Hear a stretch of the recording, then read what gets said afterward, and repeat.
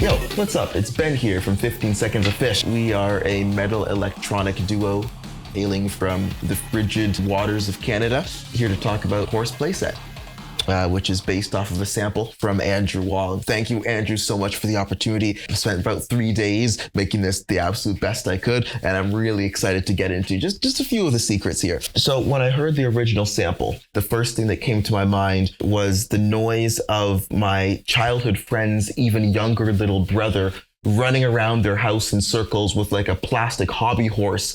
And the horse had like a little sound chip in it, not only very low quality, but also very low on batteries. And the sound as he was running around of the neighing and the clip-clop was getting more and more garbled to the point of sounding very, very cursed. I was like, first of all, I want to capture that feeling of a dying children's toy. The other thing I noticed was the rhythm at the very beginning.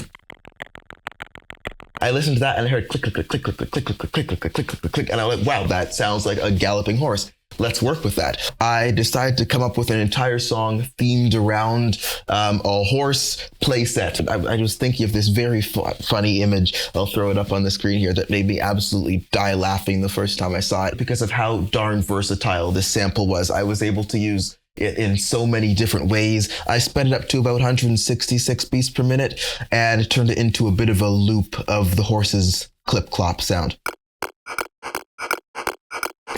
To accentuate that vibe of the cheap chip in a kid's toy, I bit crushed it, lowered the quality a little bit, and then with some compression, some OTT, I'm bringing out the softer sounds. So now we're just getting the little bit of a shuffle. That came out completely naturally. That's all in the sample. It already sounds like a horse. And when I made it that far, I realized that I needed drums that would also sound like a horse. Using all of the 15 Seconds of Fish signature drum samples, put this together. Trying to capture that gallop. As you can see, I live in an apartment. I can't just play bongos whenever I feel like it. So what I did instead, much quieter sound, I tapped right on my MacBook and let the vibrations be picked up by the mic built into the MacBook. And that just got me a little ding, ding, ding, ding, ding, ding, ding. So later on in the sample, there's a part that already sounds like a metal riff, and I went, this is perfect. This is the exact kind of riff that I'd usually write with Kim.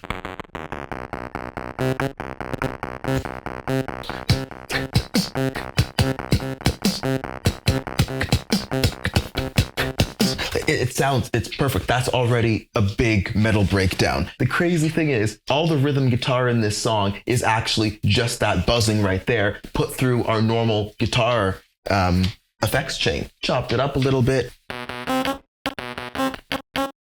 Really does not sound like much, but watch what happens when we start adding effects to it. Noise gate cleans it up a bit. Pitch correction, make sure it's only hitting that one low C. Now we're adding an octave pedal simulation, just from Logic's pedal board. It's just Dr. Octave, great pedal, I like that. Now, I'm pulling out all the stops with TB Tech's Heavier Effects, which is an add-on to their plugin Heavier 7 Strings, which is our usual guitar plugin that we use. I'm adding a formant filter just to bring out that... Look me in the eyes, tell me this doesn't sound like a real guitar. It even has that chug to it. The most fun part of the song is the drop. 90% of the sounds in the drop are just coming from that original sample.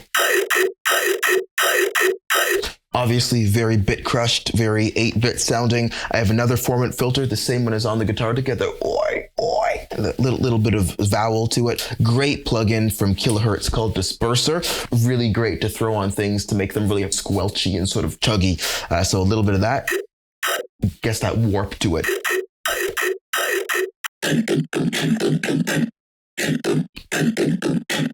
Managed to get that real crunch to it.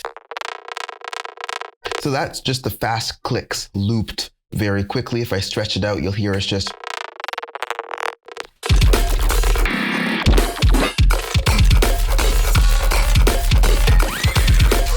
And because these are all from the original sample, that swing rhythm is already baked in. It makes my job super easy. This sample was a joy to work with. I had so much fun with the just natural flow of the sound. In the second drop, I wanted to do some jump up drum and bass. And this is actually one of the more simple effects chains. This is all mostly about arrangement to get that syncopation.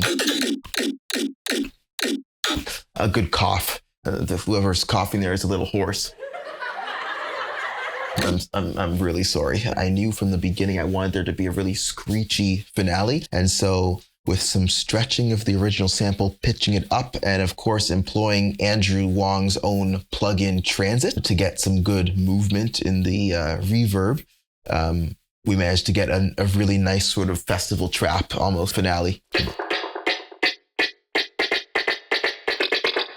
If there's one takeaway here, it's that selecting your initial sample can make or break the rest of the songwriting process. I cannot stress enough how fun this sample was to work with. You know, I work a lot in audio as 15 Seconds of Fish because there's so many more ways to stretch, mangle, cut apart, resample audio, sort of using the DAW like a playground. And nothing makes it more like a playground than the experience of just jumping in there with a really, really fun atonal sample like what was provided, especially one with that much rhythm. Anyhow, that's Horse Playset by 15 Seconds of Fish. Kim and I had a blast working on this. Thank you so much, Angie, for providing this opportunity. Thank you so much for checking out our track. For now, I'm Ben Willms, 15 Seconds of Fish. We're out.